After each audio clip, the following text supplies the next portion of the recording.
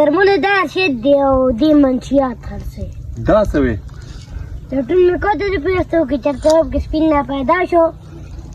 په یاره دې ته هم یاد دی زمانه سمونه شوی دی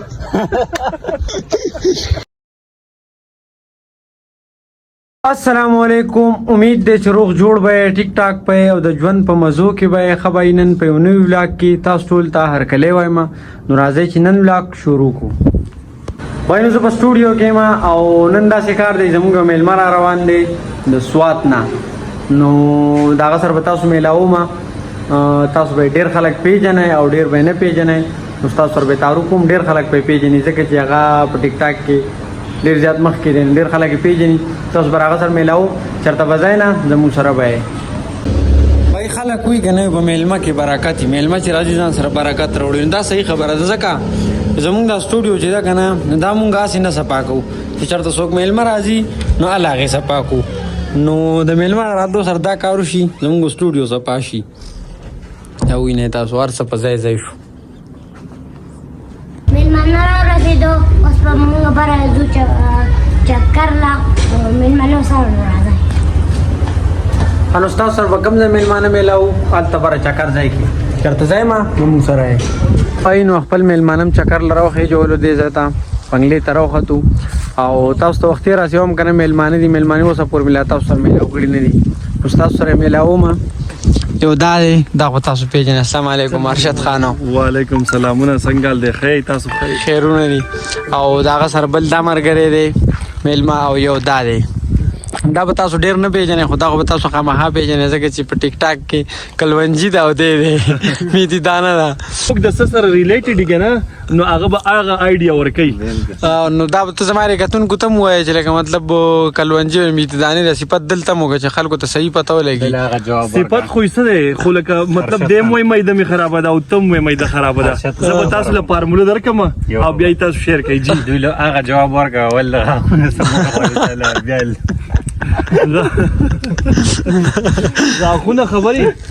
ډېر کسان پکې دا وایي ودرېږه دا د په دې ویډیو هم وایي چې لکه غاښونه چې دي هغه خورۍ خرابوي ګوره هر یو شی چې په ګیس وخوټ کولی شي د هغې زهر ختمېږي داسې دی که نه په دې خبرو دي نه پوهېږي دا وتې کلاړیان دي دا رمیز راوله که نه ته دې خورم رمیز راشه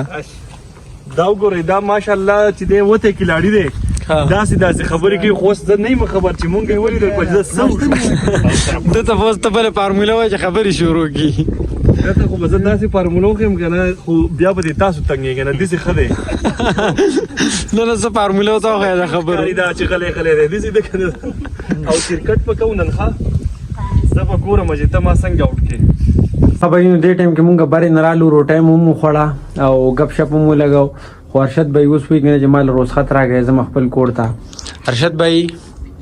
اول خو راته ووایه که نه زمونږ بونیر درته څنګه ولګېدو لکه ستاسو د خلک ستاسو د سوات صفت کوي زمونږ بونیر څنګه دی لکه ښکلی دی که نه دې ته په لاره لګیا وم مونږ خو چا کمزې ته تاسو به ولي نو کم پرسکونه علاقه چې وه نو ماشاءالله او باقي هلته کې چا کم پولس په څونه مینه سره اولنۍ انټري زموږ بازي کې داسې وشوه نو انشاءالله العزیز ټایم به وباسو بیا بیا به راځو تاسو به راځئ